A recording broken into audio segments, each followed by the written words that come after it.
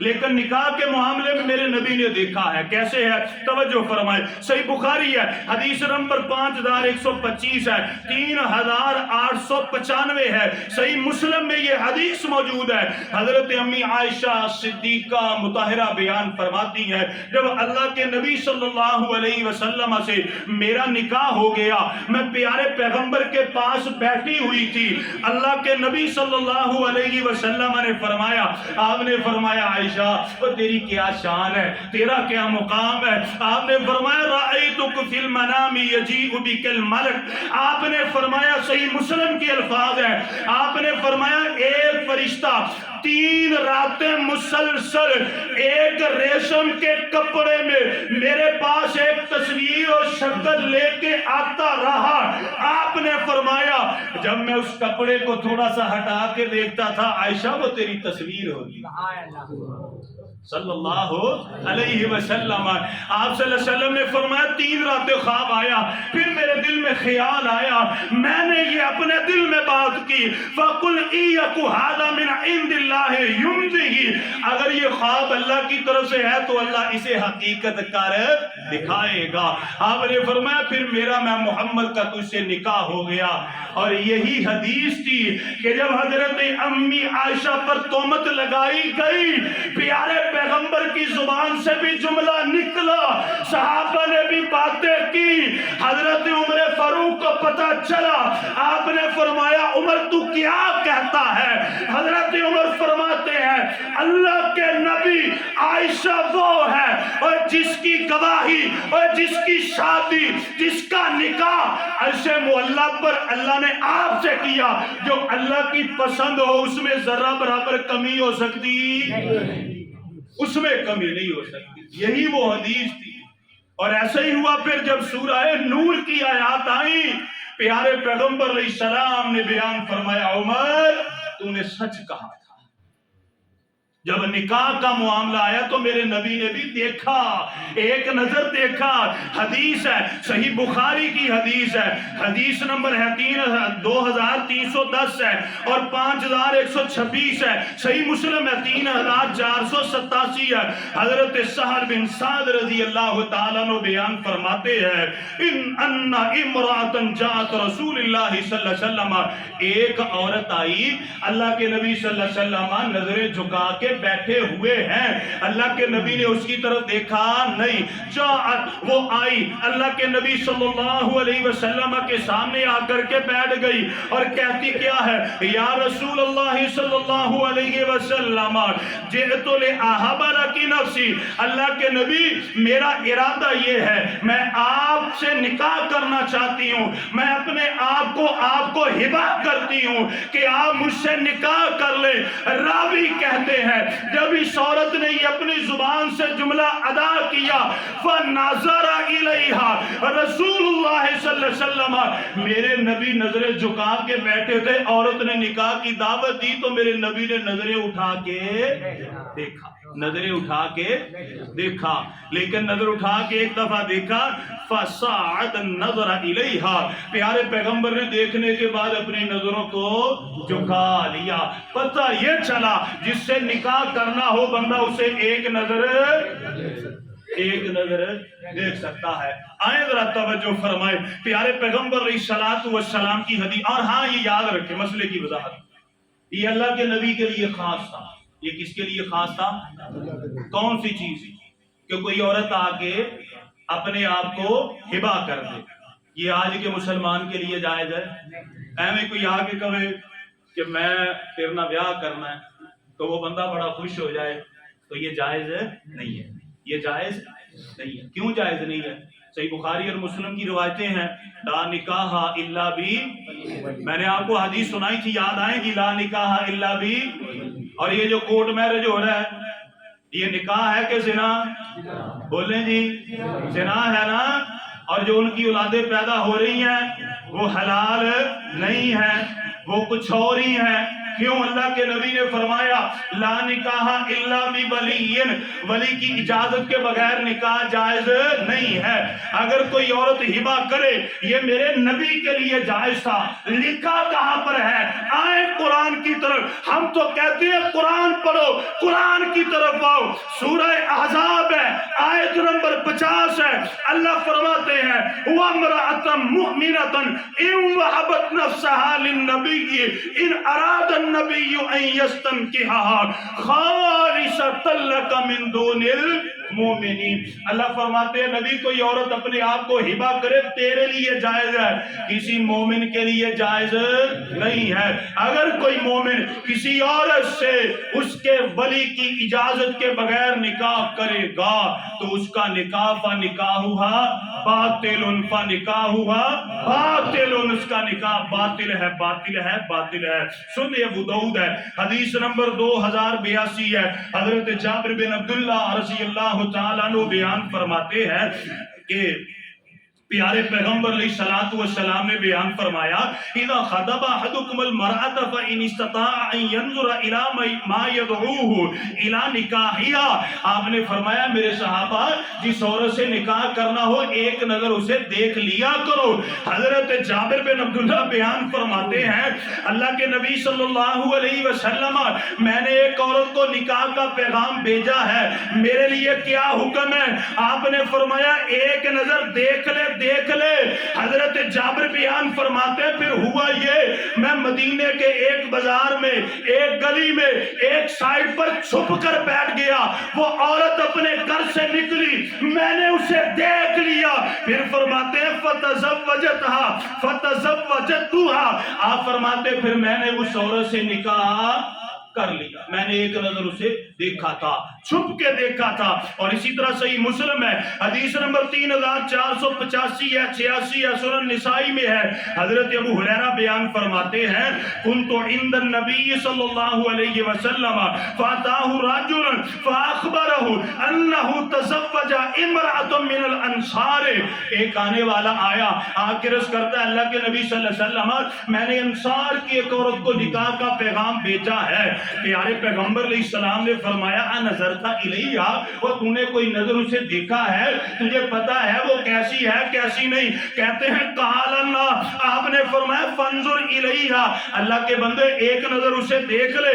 اللہ کے نبی صلی اللہ علیہ وسلم نے جب بیان فرمایا، صحابی بیان فرماتے ہیں پھر میں گیا، میں چھپ کے بیٹھا تو میں نے اس عورت کو ایک نظر دیکھی، تو پتہ کیا چلا کہ عورت کو ایک نظر دیکھنا جائز ہے، صرف دیکھنا ہی جائز ہے، صرف دیکھنا ہی جائز ہے۔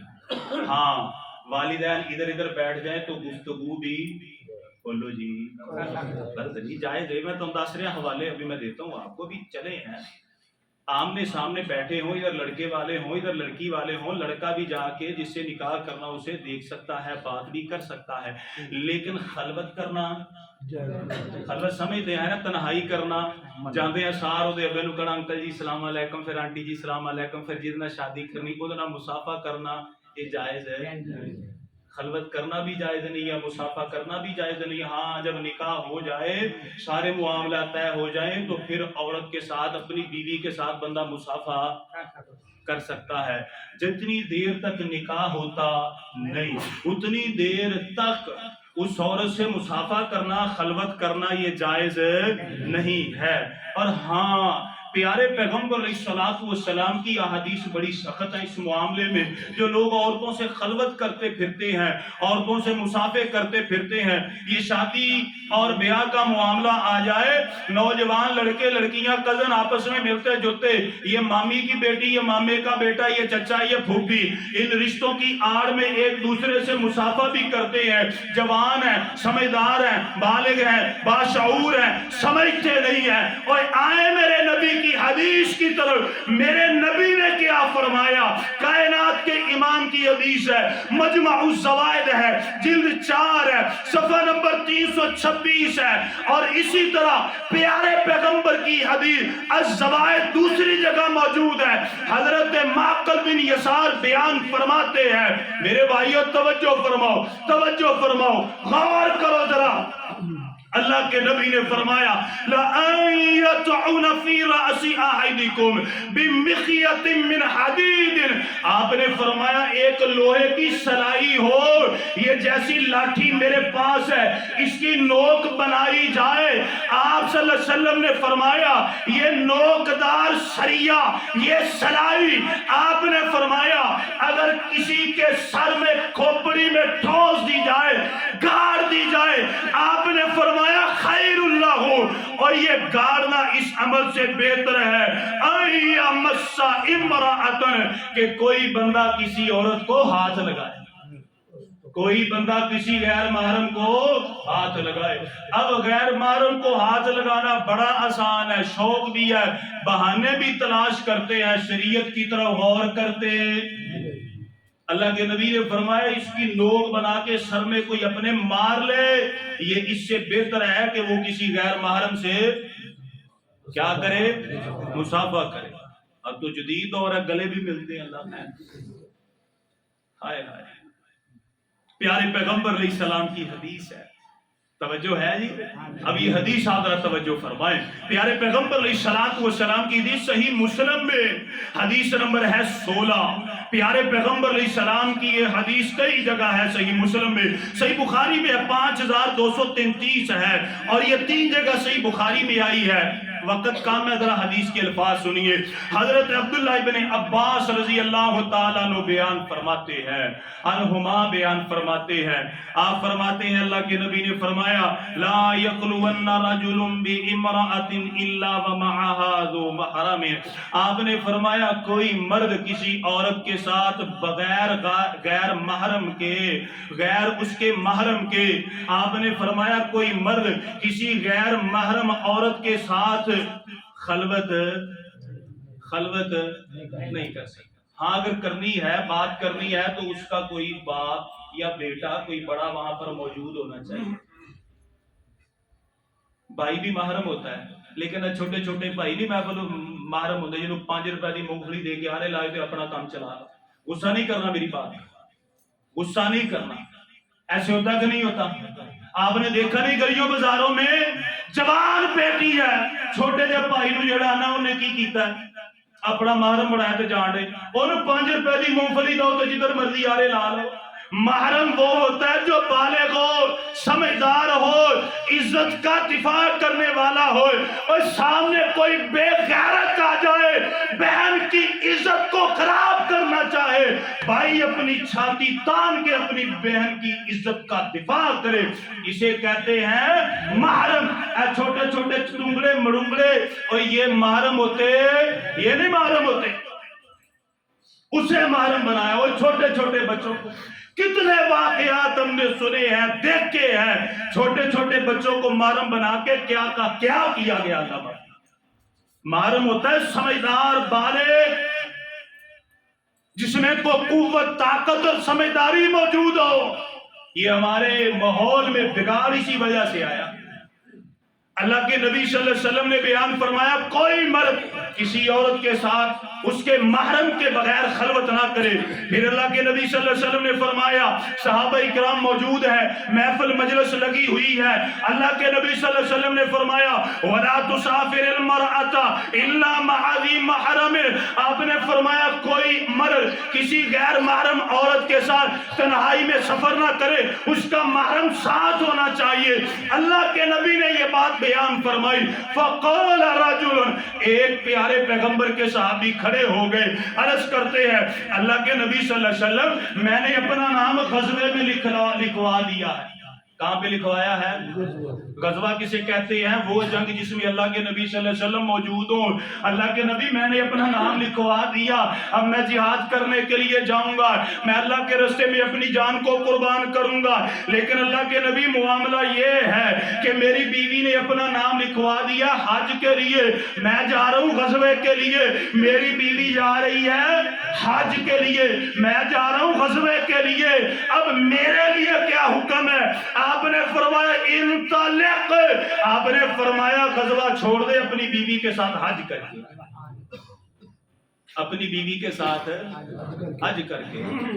تو پتہ یہ چلا کسی غیر محرم کے ساتھ خلوت جائز یہ جو بگاڑ پیدا ہوا ہے ابھی اللہ معافی لوگوں نے کیا ہوا ہے۔ اللہ کے نبی صلی اللہ علیہ وسلم نے تو صحابی کو غزوے سے منع کر دیا، حالانکہ ہم نے پچھلے 5 خطبات میں سنا ہے جہاد کتنا بڑا عمل ہے۔ اللہ اکبر۔ پیارے پیغمبر علیہ السلام کی اور حدیث ہے، 2 حدیث بات کو ختم کریں۔ سنن ترمذی حدیث نمبر 1171 ہے، 1172 ہے۔ حضرت عقبہ بن عامر بیان فرماتے، صحیح بخاری میں بھی یہ احادیث موجود ہیں، پیارے پیغمبر نے فرمایا ایاکم والدخول علی النساء، آپ نے فرمایا ہے میرے صحابہ جب کوئی عورت تنہائی میں ہو تو اس کے پاس جانا، اس کے پاس نہیں جانا۔ جب کوئی غیر عورت تنہائی میں ہو تو اس کے پاس آپ نے نہیں جانا۔ ایک صحابی رسول کھڑے ہو گئے، افرائیت الحموا، اللہ کے نبی صلی اللہ علیہ وسلم یہ جو دیور ہوتا ہے، یہ جو بھائی کا بھائی ہوتا ہے، اس کے بارے میں کیا ہے؟ دیور ہندو میں، ہندی زبان میں دوسرے خاون کو کہتے ہیں۔ اب ہمارے تو یہاں پر یہ دیور کا لفظ چل پڑا ہے نا، اے جی دیور ہے دیا فلاں، تو دیور ہندی میں کسے کہتے ہیں؟ دوسرے بولو یار، بری گل ہے، کسی کو کچھ نہیں ہو، ترجمہ ہے وہی یار، دیور کہتے ہیں دوسرے خامد، تو یہ لفظ بھی ٹھیک نہیں۔ اب عرض کی یا رسول اللہ افرائیت الحموا، دیور کے بارے میں آپ کہتے ہیں کیا کہتے ہیں؟ آپ نے فرمایا الحم الموت، دیور تو اپنی بھابھی کے لیے موت ہے، یعنی یہ دونوں بھی تنہائی میں بیٹھ سکتے نہیں، اللہ کے نبی صلی اللہ علیہ وسلم نے منع فرمایا۔ پھر حدیث کے آخری الفاظ کیا ہے؟ آپ نے فرمایا لا یخلون رجل بامرأۃ الا کان ثالثہما الشیطان، آپ نے فرمایا جب 2 غیر محرم مرد عورت بیٹھے ہوتے ہیں، ان میں تیسرا کون ہوتا ہے؟ شیطان۔ اب میں آپ کو ایک آخری حدیث سناتا ہوں، بات ختم کریں۔ میں نے آپ کو ابتدا میں سنایا تھا میرے نبی سے بڑھ کے کوئی حیا والا آیا کو دنیا میں، نہ ہی کوئی آنا انشاءاللہ۔ میرے نبی نے کسی غیر محرم کی طرف دیکھا اور غیر محرم کو کبھی ہاتھ بھی لگایا میرے نبی نے؟ ایک حدیث اور بات ختم کرے، پیارے پیغمبر کی حدیث صحیح مسلم میں حدیث نمبر ہے 4836 ہے، 4835 ہے۔ امام مسلم رحمہ اللہ 2 جگہ یہ حدیث لے کر کے آئے ہیں۔ حضرت امی عائشہ صدیقہ مطہرہ بیان فرماتی ہیں، آپ فرماتی اپنے نبی کے حیا کے بارے میں، پیارے پیغمبر علیہ السلام کی شرم کے بارے میں، پیارے پیغمبر کے ایمان اور تقوی کے بارے میں آپ بیان فرماتی ہیں ما مسا رسول اللہ صلی اللہ علیہ وسلم بیدہ امرأۃ قط، آپ فرماتی ہیں مجھے اللہ کی قسم ہے میرے محبوب پیغمبر، میرے سر کے تاج، کائنات کے امام جناب محمد رسول اللہ صلی اللہ علیہ وسلم نے اپنی کلی زندگی میں کسی غیر محرم کو ہاتھ لگایا نہیں۔ حضرت اماں بیان فرماتی ہے الا یاخذ علیہا، آپ فرماتی ہیں یہاں تک کہ جب کچھ لوگ آیا کرتے کلمہ پڑھنے کے لیے، میرے نبی اپنا ہاتھ ان کے ہاتھ میں دے کر کے بیعت لیا کرتے، لیکن جب خواتین کا معاملہ آیا کرتا، حضرت اماں بیان فرماتی ہے ایک موٹی چادر درمیان میں ہوا کرتی، پیارے پیغمبر علیہ السلام ایک طرف بیٹھ جایا کرتے، خواتین دوسری طرف بیٹھ جایا کرتی، اور روایت کے ایک اور الفاظ ہیں ایک کپڑا لمبا ہوا کرتا، دوسری طرف پردے میں صحابیات اس کپڑے کو پکڑ لیا کرتی، ادھر میرے محبوب پیغمبر پکڑ لیا کرتے، آپ ان سے بیعت لیا کرتے۔ حضرت اماں بیان فرماتی ہیں ما مسا، مجھے اللہ کی قسم ہے میرے نبی نے کبھی کسی غیر محرم کو دیکھا نہیں۔ اور یہاں تک بیان فرمایا کچھ عورتیں آئیں بیعت کرنے کے لیے، پیارے پیغمبر علیہ السلام بیٹھے ہوئے ہیں، اللہ کے نبی صلی اللہ علیہ وسلم نے بیعت لی، درمیان میں موٹا پردہ ہے، ایک عورت کے دل میں خیال آیا میں اپنے سوڑے نبی، میں میٹھے میٹھے نبی، میں پیارے نبی جناب محمد رسول اللہ صلی اللہ علیہ وسلم کو ایک نظر دیکھ لوں۔ یہ پردہ تھا، اس نے جب پردے کو اس طرح ہٹانا چاہا، اللہ کے نبی کی نظر اس کے ناخن پر پڑی، اللہ کے نبی نے فرمایا اللہ کی بندی اللہ سے ڈر جا، میں محمد صلی اللہ علیہ وسلم کو اللہ نے منع کیا ہے کہ میں کسی غیر محرم کی طرف دیکھنا گوارا کر سکتا۔ یہ میرے نبی کا ایمان ہے، تقویٰ ہے۔ تو جمعے کا خلاصہ کیا ہے؟ کہ جس سے نکاح کرنا ہو اسے ایک نظر ادنا کو گل بات کر سکتے ہیں، لیکن خلوت میں جانا، تنہائی کرنا، اس سے مصافحہ کرنا یہ جائز نہیں، یہ حرام ہے۔ دلائل ہم نے سنے ہیں۔ اللہ تعالی ہمیں دین کی سمجھ عطا فرمائے، آمین۔ وآخر دعوانا الحمدللہ رب العالمین۔